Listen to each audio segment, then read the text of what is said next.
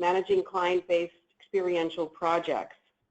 We are delighted to present this webinar today in conjunction with our affiliate sponsor, EduSourced.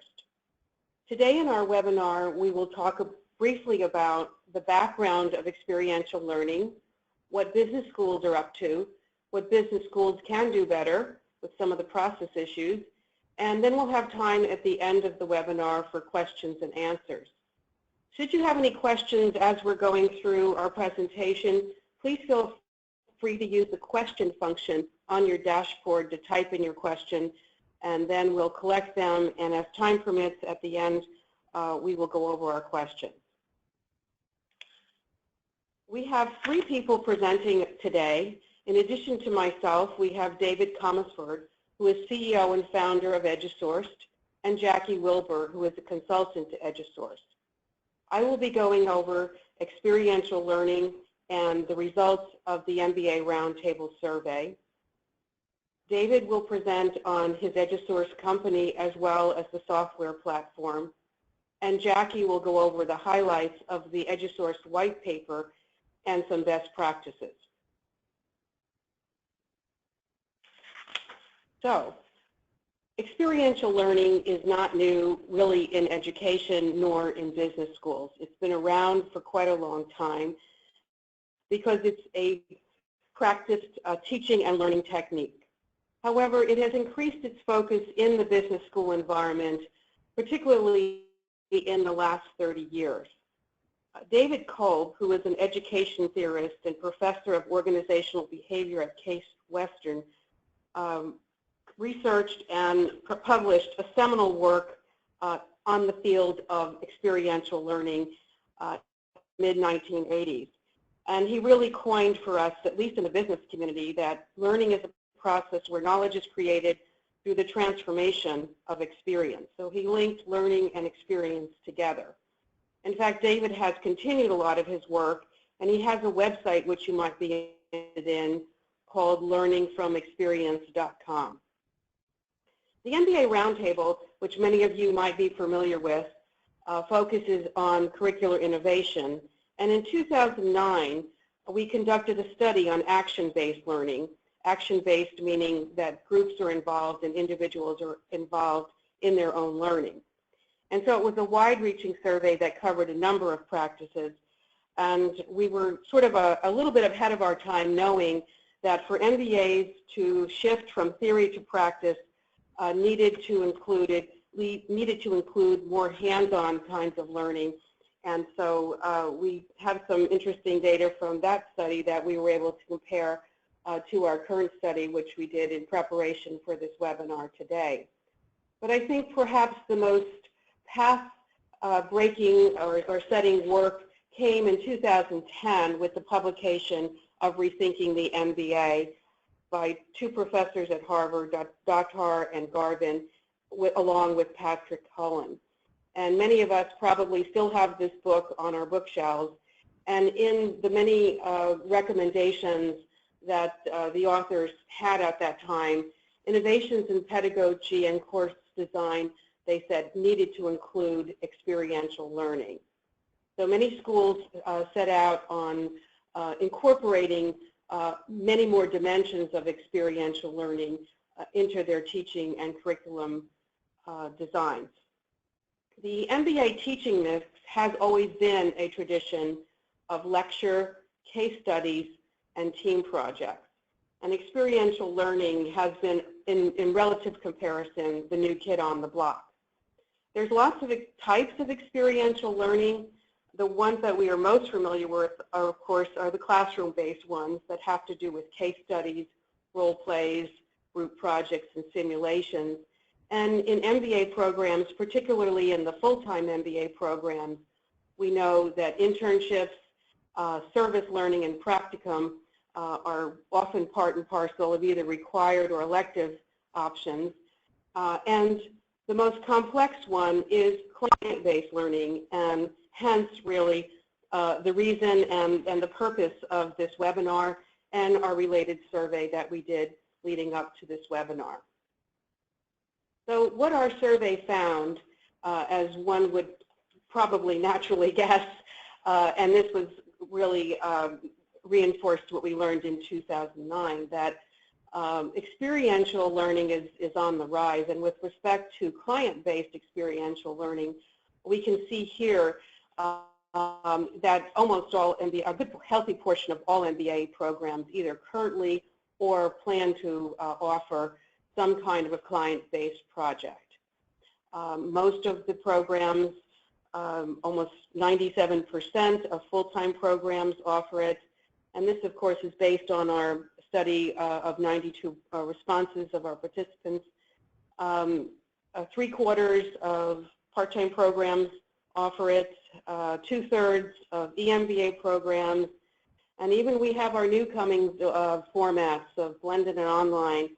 Half of blended online programs offer some kind of base project, and specialized masters also have a representation of client-based experiential learning. So as we can see here, it's alive and well in business schools. One of the questions that we did ask on the survey, well, what's so great about it? Why do you do it? What are your strengths about conducting client-based projects? And as we can see here, far and away, the main reason is learning. It's the application of learning of subject matter material and the integration of that knowledge in a real-time experience. So 28% of our responses came in there, followed by learning again, learning by doing and the real-time hands-on experience, and also the broader student, academic, and personal maturation that comes from this kind of learning and teaching technique. So this was very clear, you know, on this question that it was really about the learning and how to deepen and enrich in that. However, it doesn't come without its challenges, and here again, a lot of the responses culminated around the key issue of how do you secure and sustain good quality projects. So that gives most schools a run for the money and a challenge in trying to you know, carry on such complex learning as client-based projects. So not only securing and delivering, but managing the scope of the project and the consistency across the project, you know, means projects are where most schools are spending a lot of their time trying to get their arms around smoothing that out. So challenges that I think most people share. We also asked questions about the business school is responsible for securing and delivering, and not to anyone's surprise, but in the blue shaded areas of our bluish shaded areas of our pie chart, we see that either tenured or non-tenured or clinical faculty carry the ball on about 65% of that responsibility.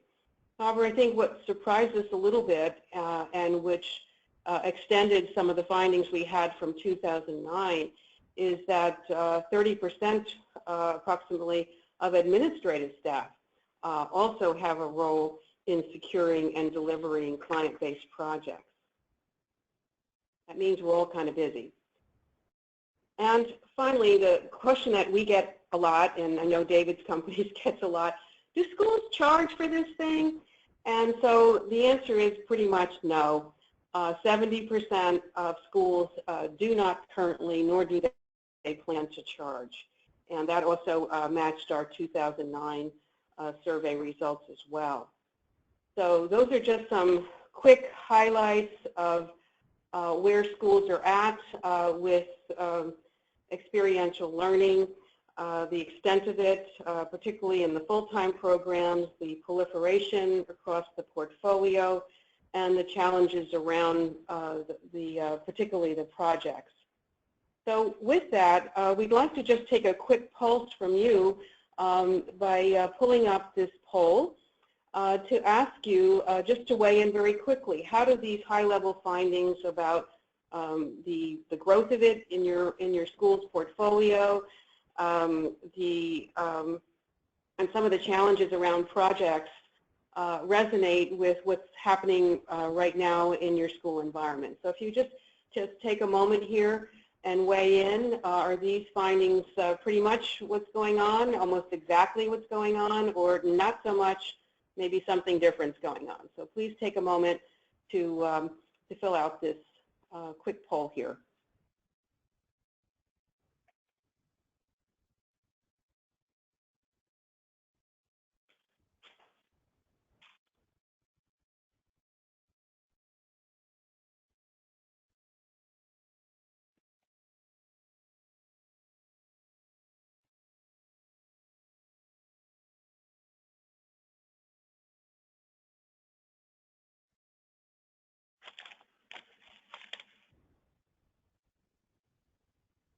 Okay, I think probably most people who have voted are going to vote, and well, between mostly and exactly, we have about 92% of the folks are saying, yeah, this sounds like what's happening at my school, and then we have 8% saying not so much. So there must be some more interesting challenges or opportunities happening in other schools as well.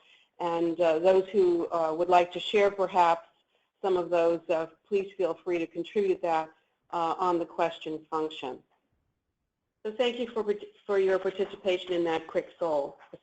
Now what I would like to do is turn over, and it gives me great pleasure to introduce you, at least virtually, to David Comisford, who I mentioned before is the founder of EduSourced. And David will talk to you a little bit about his company, how he came into being, and more importantly, some of the software solutions that he has to share with you. So, David? Thank you, Anne. And I would like to also thank the MBA Roundtable for helping to lead this effort to collect information on client-based experiential learning. It's obviously an important topic to us. There are about 100 of you on today's webinar, so thank you for joining, and I think that speaks to the relevance here. So we also appreciate those of you who filled out the survey that went out before this, which will be published soon after the webinar. So as Anne mentioned, my name is David Comisford. I'm the founder of EduSourced. With EduSourced, we sought to address a need for programs that are so important to business schools, and yet they seem to be vastly underserved. The management of client-based student projects is challenging. As Anne mentioned, it's the complex, or at least one of the most complex ways to deliver curriculum. And before we launched EduSourced, there was no software solution to help manage that. To figure out what this software tool needed to do, I spoke with about 200 experiential programs, largely at business schools across the United States. And the common thread was that client-based projects are growing, and they're growing really quickly. In fact, in many cases, and I know for many of you who are on the webinar, this is quickly becoming a centerpiece of the curriculum. And now we are seeing a pivotal transition for business schools from client-based projects, which have been in the past loosely organized, to more formalized programs which are supported by the school. One component of this transition to a supported model is leveraging technology, both to support the individual programs, but ultimately to share awareness across programs across the entire college with the ability to build comprehensive reports. It starts with consolidating all of those different tools, which probably look familiar for many of you. But taking client records, the measurement of student impact, monitoring the student-client interaction, and putting that in a single dashboard, that's what we sought to do with EduSourced. I think the next step is linking the various experiential programs across a business school together, which we are, I think, in the early days of seeing. For example, the Fisher College of Business at Ohio State has adopted EduSourced for 3 different experiential learning courses starting in the fall of 2015.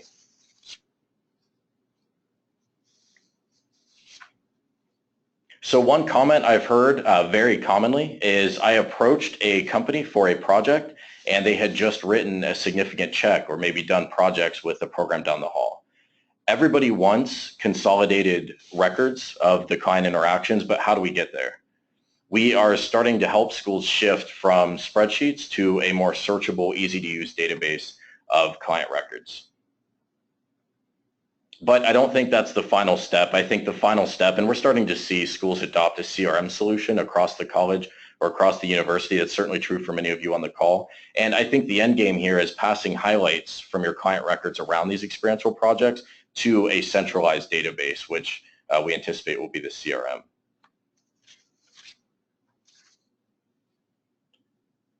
From what I've seen in the past 5 years, schools have been moving from the bottom left quadrant here to the top left, which is to say supporting their program more formally with technology. We've been a part of that for some schools, of course, but also supporting the program with staff who own this program, and it's no longer someone's second role. For those of you who are looking to make client-based experiential projects central to the curriculum, the top right quadrant is where I think schools are leading. That's the poised for growth category. And like the potential category, that involves having support from technology, that involves having staff or faculty who own the program, but also linking the multiple programs together for awareness across the school for a consistency of record keeping and a consistency of client and student experience.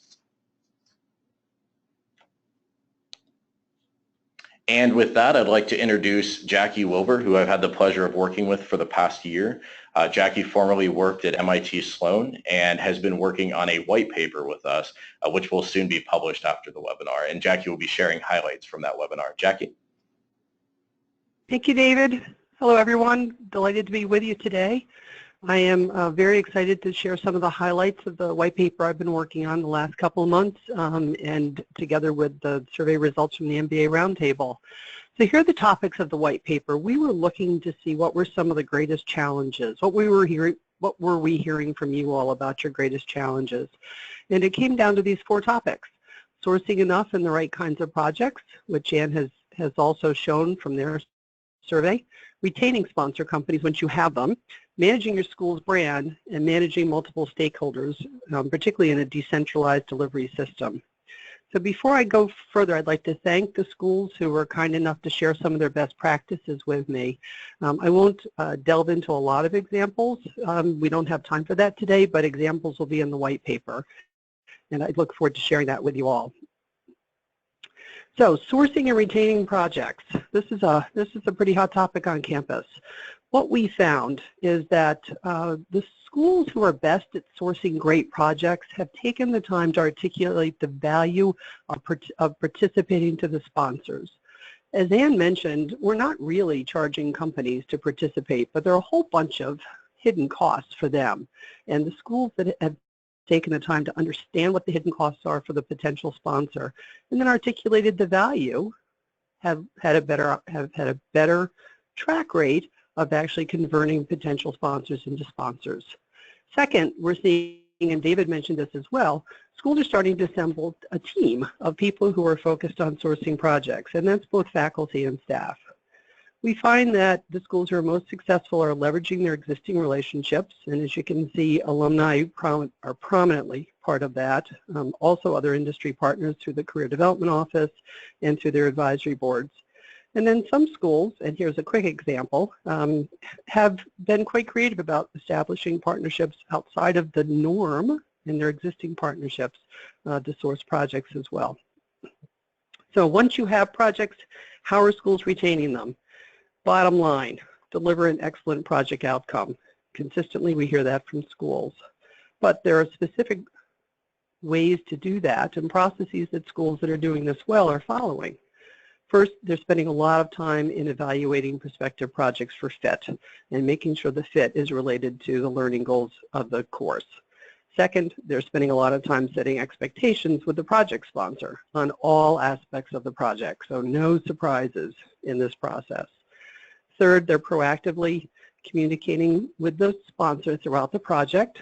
Many schools are identifying an internal champion for each project so that that sponsoring company has someone they can talk with.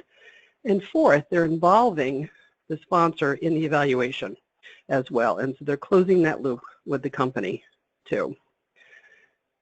That helps to support some of the work that schools are doing in managing their school brand. As we all know, if 1 or 2 projects go awry, it can definitely negatively impact our brand out there. And so the schools who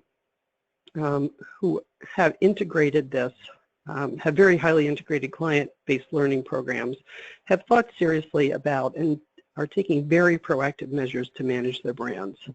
The first and most important thing they recommend is that raising the topic of itself and raising the importance of managing your brand with all internal stakeholders. So raising awareness internally. Second, a lot of schools are actually linking this to their external positioning statements, and that is helping to reinforce their brand in the market. And then third, some schools are formalizing student and sponsor commitment and having those parties sign agreements related to brand and brand uses and logo uses and partnerships. Spent a little bit of time talking about how do you manage all this when you have multiple stakeholders. Pretty complicated things going on our campuses, and they're becoming more and more complicated. So first of all, one of the best practices that we're starting to see emerge, and I think both Ann and David alluded to this, is that schools are starting to formalize this, and they're identifying someone who is in the role of project manager and who keeps all these functions moving together smoothly. And to do that, they're taking the time to define expectations, and that includes roles and responsibilities, and they're taking the time to widely communicate milestones and metrics, and they're taking the time to share and leverage learnings. Again, completing that cycle that I talked about earlier to make sure that all this runs smoothly together. So much more detail in the white paper. David and I look forward to sharing that with you soon. I'm going to turn this back over to Ann so that we can start to get your questions and observations. Thanks. Thank you, Jackie. And so now we have time for questions and answers. And I noticed a few already on the question board. And the most important one is, will we have access to this presentation after the webinar is over, and will we be sharing the deck? And the answer is yes. To everyone who has signed up and participated in this webinar today, there will be a link sent to the recording so people can listen to it again or listen to it for the first time, and then we will share the PowerPoint presentation as well. So that's the main question. And so we have a couple of other questions. One is, what are your findings about compensating faculty for supervising projects? So as far as the MBA Roundtable survey is concerned, we did not ask a specific question about compensation. We did ask questions about who had responsibility for the projects. However, it was not generally asked, are faculty paid extra or bonus or stipends for leading experiential projects.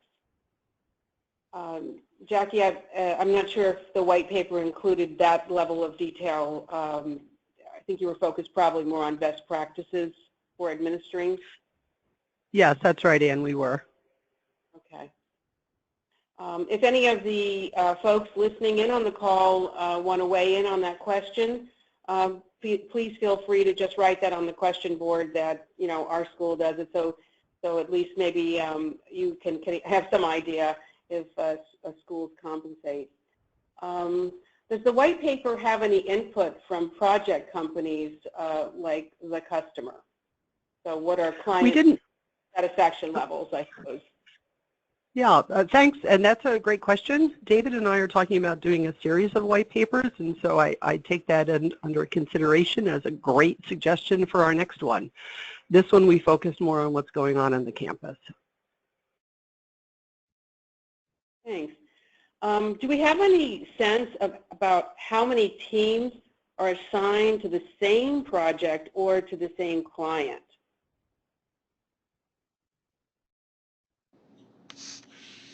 This is David here. And the survey did that question, how many teams are assigned to the same client. So it looks like there's a stream of questions here maybe about the clients themselves and teeing them up. So David, do you have any idea about that?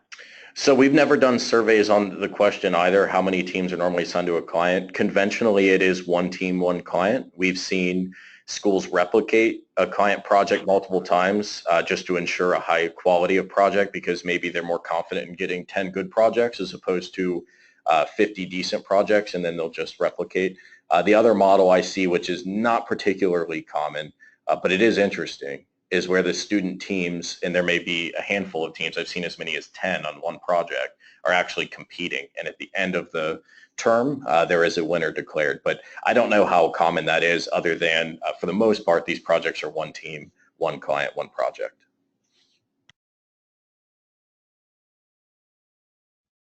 Here's a question for David about the platform, the EduSourced platform. Does it help with the logistics of the matching process, matching student applications, client applications, selecting who goes with whom, that kind of thing? Yes, it does help with that. We have a process for receiving the projects, which can be integrated with the school's website, so that when the project sponsor comes to you, they have a very formalized process of creating an account with you, engaging with you, and then from there is workflow support to match teams of students up with the projects. That's something that we're looking at in the next 12 months, is how to get really clever with that and create some automated matching that then the faculty or program director can review. So that's something we're kind of in the early stages of working on, but for today, yes, we absolutely help with connecting and matching the students up to the team. That's one of the most time-consuming elements, by the way, of operating a program at scale. And David, stay on the line, because here's another question about, do you have any ideas on how to follow up later on with the implementation of recommendations and how the client actually did down the road? So after the project's over, is there any swing around that says, so how did it work out after our students delivered their findings? So do we have any data on the sort of long-term relationship of clients and, follow-up? I only have an anecdote about the long-term relationship, and that anecdote is that it's very, very rare for a school to follow up unless there happens to be repeat business, so to speak, where projects are recurring from the same client. With a lot of these things that you might think of as a best practice or truly the best way to operate a program, it often doesn't happen, not because no one thought of it, but because there just aren't enough staff, they aren't supported, they're time constrained. For us, we have an automated survey that goes out at the end of the project. We also allow for that record so that you can go back and review any past project, the company that was associated, and follow up accordingly. We also have the ability to send out another survey 6 months or 12 months or whatever the predetermined time length is after a project. But I think it's a great idea. I would suggest checking in 6 months later to see if anything has been confirmed. But I also think it's a great idea to check in right after the project. But in that part, many schools are doing, and they're already doing that, and it works pretty well. But I think it's important to measure the impact you're having with the client through a survey. Nothing scientific about it, but it gives you information that you can then share to prospective future clients and even students, because at the end of the day, the students want to know they're making an impact. And regarding clients themselves, how do we test out in advance or whatever if a client really has the bandwidth to carry through and be involved in the project from start to finish? I guess that would go into the setting expectations function early on with everyone. So either Jackie or David on that question.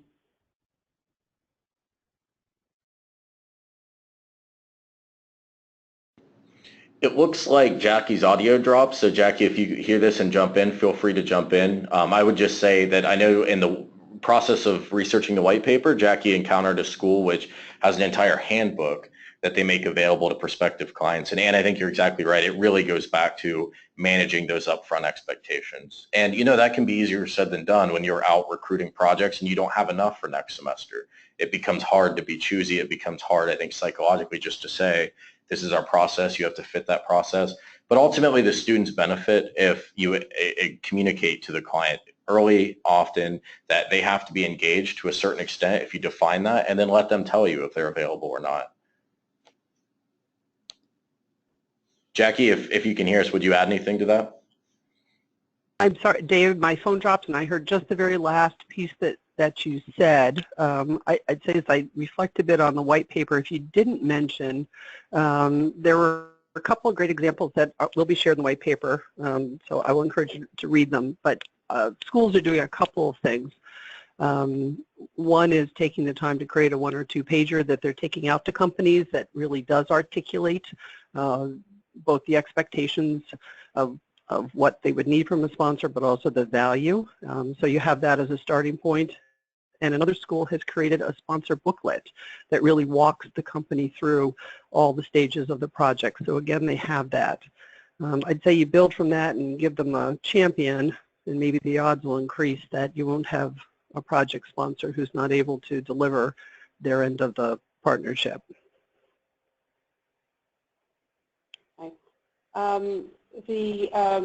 There's a quick question here on average team size. I think the data in the larger academic and learning community talks about the ideal size being between 4 and 6 on these sort of projects. If other schools that are listening here would like to, again, chime in on the question board and let us know what are the average size of the student project teams in your schools, that can help us inform the individual who would like to know that. There's a question here about the feedback loop and time for reflection after, say, the project is over and giving feedback to students. And this is one question that we will reveal, I guess, the response to in the survey.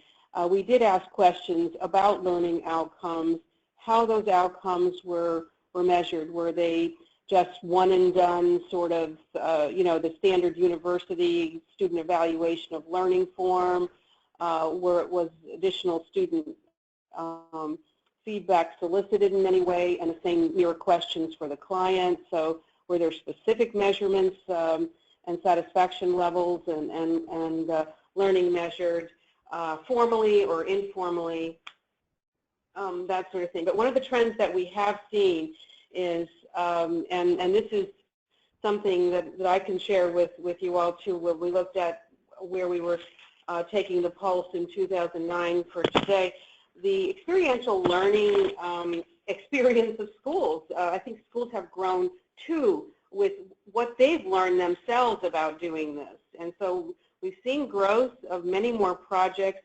It's gone beyond the full-time MBA program. In fact, this past Innovator Award cycle, we saw several schools that were putting in experiential type projects. In fact, the University of California at Berkeley has required 25% of the curriculum for their executive MBA program to be experiential learning.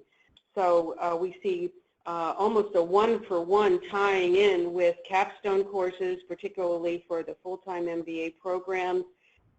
We've seen schools building their brands around the use of their, of their experiential client-based projects.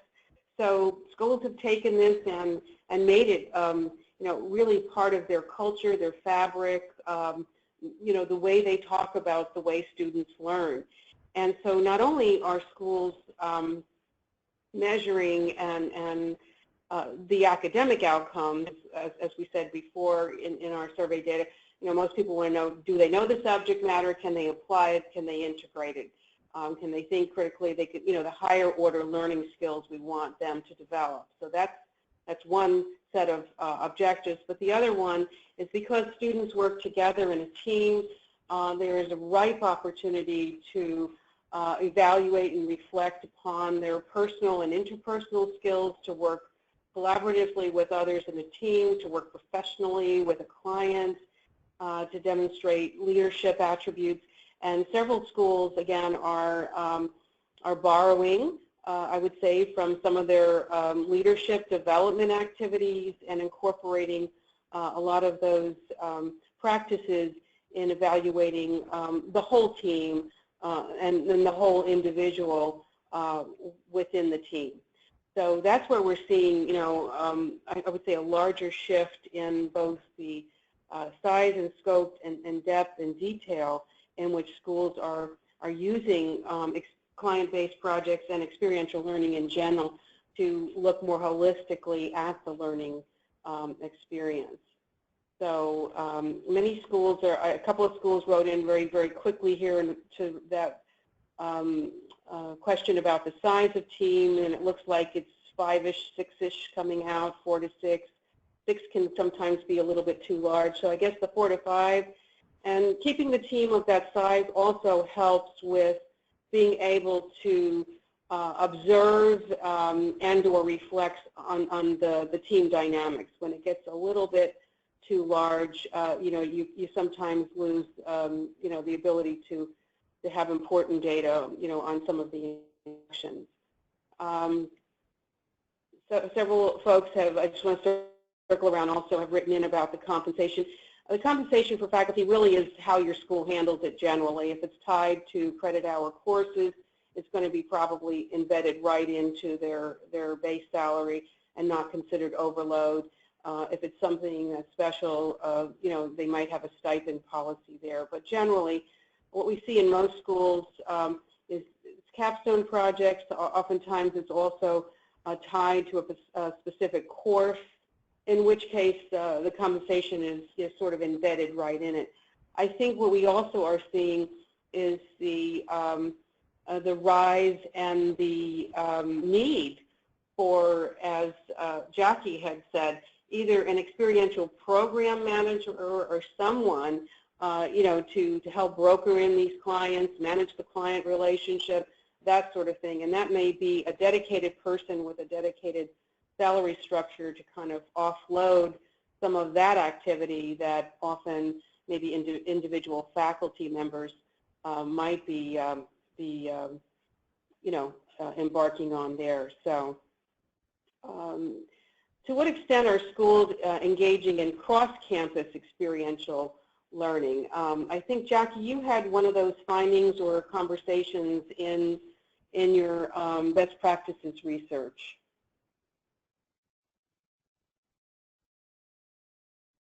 Jackie, are you coming back on? I'm back. Okay. I am back on in. Well, if I understand the question correctly, then I'm afraid the answer is no. We didn't look at doing projects on the campus itself. Did I understand the question correctly? Cross-campus projects. I think what the question was probably the business school partnering with the engineering school, partnering with the the biology master's folks or something like that.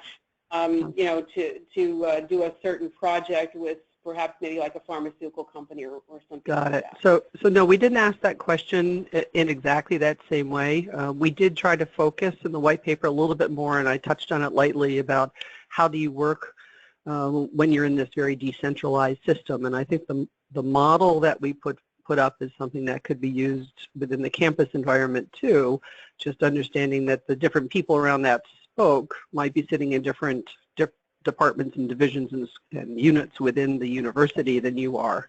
So it comes back to thinking about yourself as a project manager and making sure that you're being very clear on expectations and roles and responsibilities, and that there's lots and lots and lots of communication.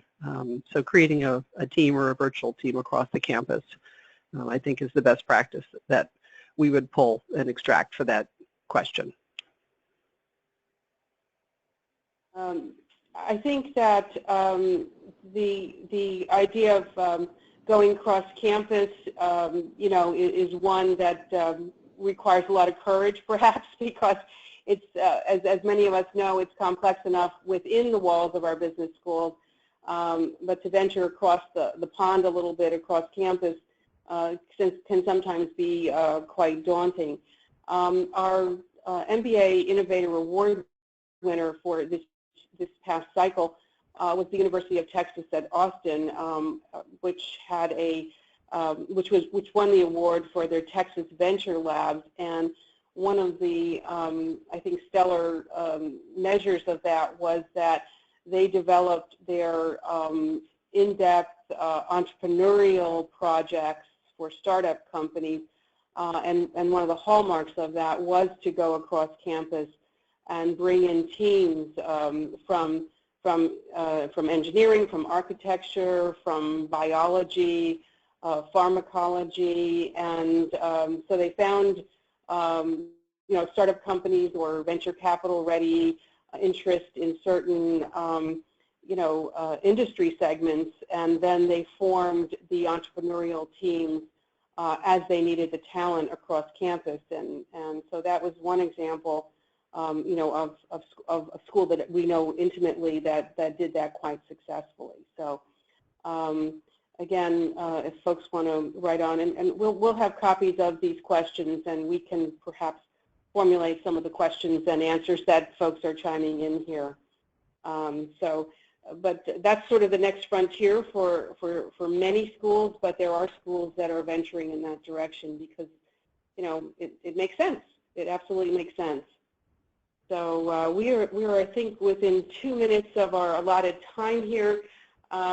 Any other questions that we have coming in that we'd like to just quickly type in, and most of them are in response to the previous questions. And it looks like we have a question about measuring SLOs despite the homogeneity of the projects. I'm assuming SLO means student learning outcome. I've not seen that acronym before. If that's not what that means, you can type that in, and I can try to address it. What we've seen schools do that I think works pretty well is take a skills inventory before and after the project. And that's something we observed at enough schools. We went ahead and built that into EduSourced. But yeah, the projects are highly variable, right? The content's variable, and that's part of the value of these projects. So I think the only thing you can do really is account for the students' self-professed skills at the beginning of the project, again at the end, and then take that delta and promote that as an impact that you made on the student. Hopefully that answers the question. Yeah, I think most of the bottom line of all of this is that developing and orchestrating client-based projects is almost like sort of a whole school effort here. You've got your faculty, but you also need good course designers, instructional designers to extract the possibilities of the learning experience and defining what they look like and how you're going to measure them, both the hard and the soft skill dimensions of them. And the data on that can be beautiful and can be very enriching because you can leverage that data both to attract new clients and to increase the commitment levels of students as they embark upon these experiential projects.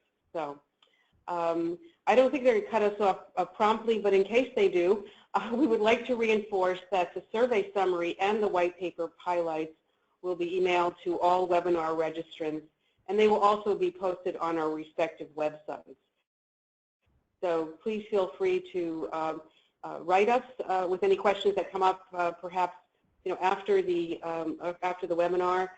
We will compile or orchestrate the topic of the questions that came in today on the question board with responses, along with, as I said, the survey summary and the white paper.